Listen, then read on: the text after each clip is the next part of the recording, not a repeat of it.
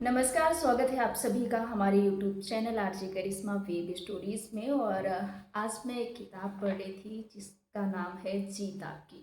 और इस किताब में एक कहानी है। कहानी का शीर्षक है भोजन मुफ्त में नहीं मिलता। तो कहानी कुछ यूँ है कि एक राजा ने अपने कुछ सलाहकारों को बुलाकर उनसे बीते इतिहास की सारी समझदारी भरी बातें लिखने के लिए कहा। और उन्होंने कहा कि इन बातों को लिखना है ताकि वो उन्हें आने वाली पीढ़ियों तक पहुंचा सकें।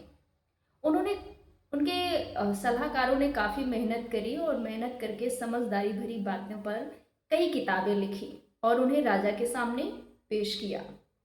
राजा को वो किताबें थोड़ा सा भारी भरकम लगीं, तो उन्होंने सलाहकारों से कहा कि लोग इन्हें पढ़ नहीं पाएंगे, इसलिए इसे छोटा करो।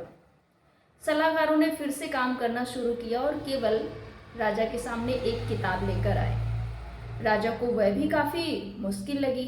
सलाहकारों ने उसे और छोटा किया और इस बार वे केवल एक अध्ययन लेकर राजा के सामने पेश किया।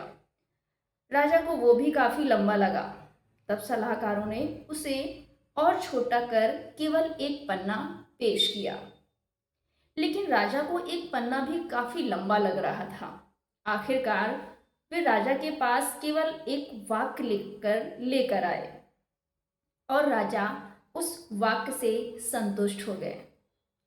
राजा ने कहा कि अगर उसे आने वाली पीढ़ियों तक समझदारी का केवल एक वाक्य पहुंचाना हो तो वो क्या होगा।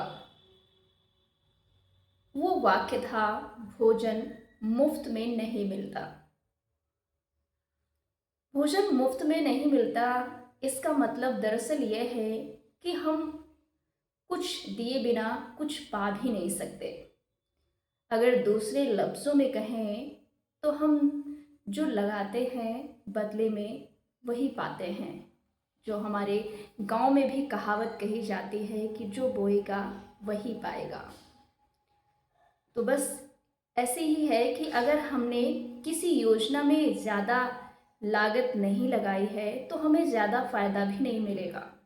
बेशक हर समाज में ऐसे कुछ लोग होते हैं जो कुछ किए बिना ही पाने की उम्मीद लगाए बैठे होते हैं। तो कैसी लगी आपको आज की हमारी ये कहानी, आप सब हमें बता सकते हैं हमारे कमेंट्स बॉक्स में। सभी को नमस्कार।